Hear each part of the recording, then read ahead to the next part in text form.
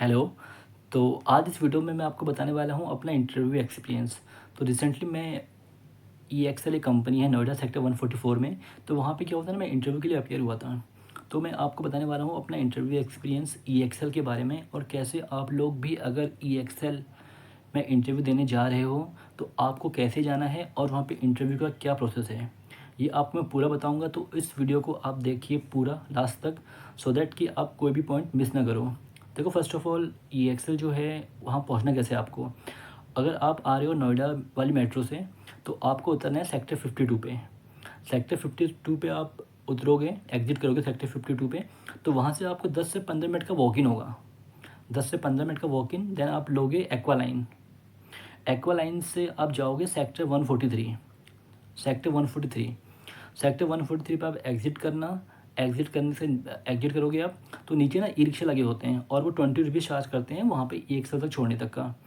तो 143 पे एग्ज़िट करना और वहाँ से आप ई रिक्शा लेना, तो आप पहुँच जाओगे ई एक्सेल पे। तो ये तो है वहाँ मतलब वहाँ तक पहुँचने तक का कि आप कैसे पहुँचोगे वहाँ तक। नेक्स्ट है कि जैसे ही आप पहुँचोगे, देखो जब मैं गया था तब तो बारिश का दिन था।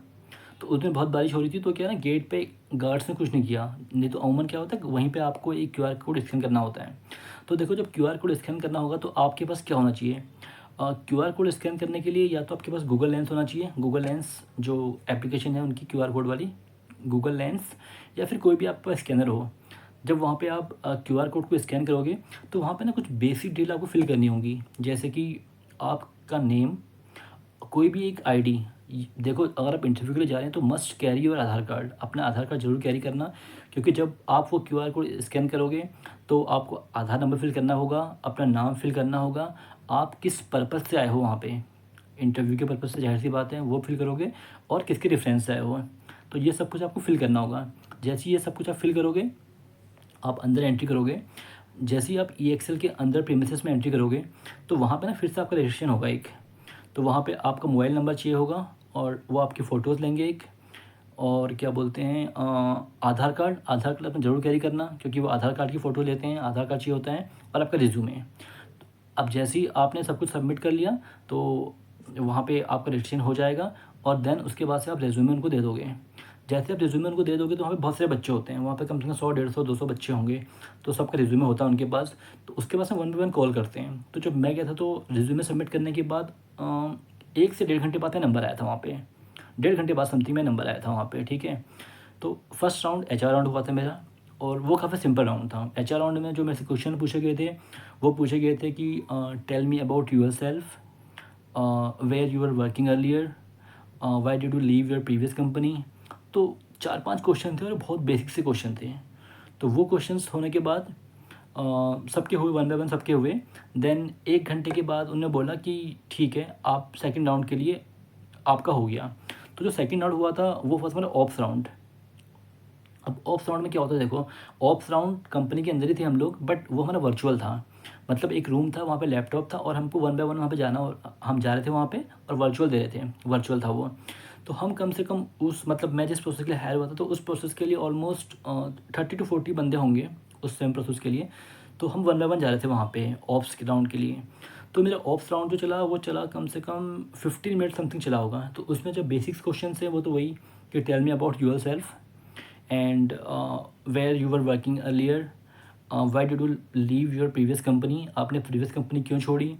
और इसमें जो उन्होंने जो पूछा ना कि मतलब आपके रोल्स एंड रिस्पॉन्सिबिलिटी क्या थी अपनी प्रीवियस कंपनी में, मतलब तो मतलब अगर आप देखो, अगर आप फ्रेशर हो तो आपको ये क्वेश्चन आपको आएगा नहीं, लेकिन आप एक्सपीरियंस हो, अगर अगर यू हैव एक्सपीरियंस, तो ये मेक श्योर करना कि आप जहाँ पे भी काम कर रहे हो तो उसका आपको नॉलेज होना चाहिए प्रोडक्ट्स का।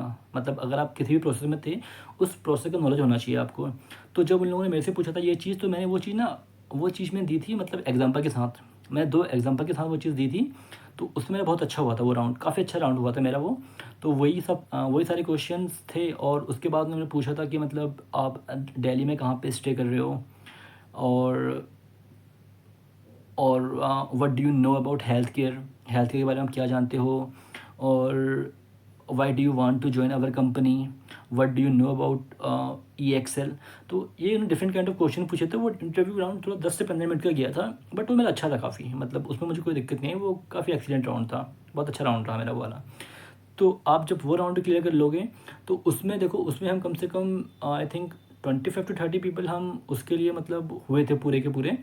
और उसमें ना फिर आउट ऑफ 25 और 30 people they selected only 4 candidates. उसमें से क्या 4 लोगों का सिलेक्शन किया था उन लोगों ने। उन 4 लोगों में देखो एक मैं था और साथ में 3 लड़कियां थी। तो हम लोग का सेक्शन हुआ था थर्ड राउंड के लिए। अब थर्ड राउंड के क्वेश्चन मैं आपको बता रहा हूँ कि कैसे क्वेश्चन पूछ गए थे जो लास्ट राउंड था। तो लास्ट राउंड में क्या हुआ था, अगेन वर्चुअल था और हम 1 बाय 1 जा रहे थे। तो उसमें उन लोगों ने क्या किया था, जो मेरे से, मैं अपने बताऊँ तो मेरे से उन लोगों ने पूछे थे क्वेश्चंस, पूछे थे एक्सेल के, एक्सेल EXCEL, एक्सेल के क्वेश्चंस पूछे थे। टोटल क्वेश्चन थे 45 क्वेश्चंस थे टोटल।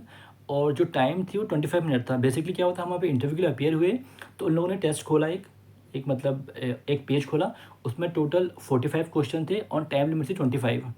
और सारे क्वेश्चन एक्सेल के थे, जैसे कि एक्सेल कब फाउंड हुआ, एक्सेल में टोटल रो कितने होते हैं, टोटल कॉलम कितने होते हैं, हेडर क्या है, फुटर क्या है, जब हम कोई फार्मूला पुट करते हैं एक्सेल में तो हम कौन से साइन से स्टार्ट करते हैं। तो और कुछ क्वेश्चन काफ़ी डीप थे एक्सेल के। तो ये सारे क्वेश्चंस पूछे थे उन लोगों ने उस वाले लास्ट वाले राउंड में। और जब हमने वो राउंड कंप्लीट कर लिया, देन उसके बाद उन लोगों ने बोला कि ठीक है। तो ऑलमोस्ट में रात हो गई थी वहाँ पे, 7 साढ़े 7 बज गए थे रात के, शाम के। तो फिर उन्होंने बोला कि ठीक है, अब आप जा सकते हो अभी यहाँ से, और अगर आपका सिलेक्शन हो जाएगा तो हम आपको मेल करेंगे फॉर द सेम। तो ठीक है, मतलब वो बात थी फ्राइडे की, सॉरी हाँ फ्राइडे की बात थी। तो फ्राइडे को इंटरव्यू दे के आया, then Saturday Sunday no mail, Monday को भी कोई मेल नहीं। तो उनकी मेल आई वेनेसडे को, आई 1-2 बजे कि congratulation you have been selected for this. और नेक्स्ट उन लोगों ने बुलाया था ऑनबोर्डिंग के लिए। ऑनबोर्डिंग के लिए आपको, जब ऑनबोर्डिंग के लिए उन लोगों ने मेरे को बुलाया था जब, तो उसमें डॉक्यूमेंट्स मंगाए थे उन लोगों ने। डॉक्यूमेंट्स मतलब वही 10th की मार्कशीट, 12th की मार्कशीट और ग्रेजुएशन की मार्कशीट। और अगर आप एक्सपीरियंस हो तो प्रीवियस कंपनी का आपके पास एक्सपीरियंस लेटर पक्का होना चाहिए। देखो, अगर आप फ्रेशर तो कोई दिक्कत नहीं, फ्रेशर में तो कोई दिक्कत ही नहीं है। बट अगर आप एक्सपीरियंस हो तो आपने जिन जिन कंपनी में, पिछली कंपनी में काम किया है, वहाँ का एक्सपीरियंस लेटर आपके पास पक्का होना चाहिए, मस्ट होना चाहिए। और आप जिस कंपनी में काम कर रहे हो अभी, उसकी लास्ट 3 मंथ की सैलरी स्लिप, ये पक्का होनी चाहिए आपके पास। तो तभी कंसिडर करते हैं वो आपके एक्सपीरियंस में, तो वो नहीं तो फिर कंसिडर नहीं करेंगे उसको। तो ये मेक श्योर करना कि आपके पास एक्सपीरियंस लेटर हो अपनी प्रीवियस कंपनी का, so that you can show them there. तो वो सब कुछ हुआ था। तो देखो, ये सब कुछ मेरा इंटरव्यू एक्सपीरियंस था जो मैंने आपको बताया। तो मुझे नहीं लगता कि मतलब ये एक्सेल में जॉब लेना बहुत टफ है। मुझे लगता है कि काफ़ी ईजी है। देखो, अगर आपका बेसिक कम्युनिकेशन भी अगर मतलब आपका अच्छा है ना, मतलब अप टू मार्क भी नहीं बोल रहा मैं कि मतलब कि आपको अप टू मार्क कम्युनिकेशन चाहिए, नो। अगर आपका एवरेज कम्युनिकेशन लेवल भी है, if you are able to talk in English, if you are able to communicate with them in English, so definitely you can make your place there very easily. और तो ये सब कुछ experiences था। अगर आप लोगों को कोई भी डाउट्स हैं रिगार्डिंग EXL के, कि मतलब अभी भी अगर आपको कोई भी डाउट्स हैं रिगार्डिंग EXL, तो आप अपने कमेंट कर सकते हो कमेंट सेक्शन में, और मैं उसका रिप्लाई ज़रूर करूँगा। और अगर आपको ये वीडियो पसंद आई हो तो प्लीज़ इस वीडियो को लाइक कीजिए, सब्सक्राइब कीजिए और अपने दोस्तों के साथ शेयर कीजिए। Thank you so much for watching this video. Bye bye.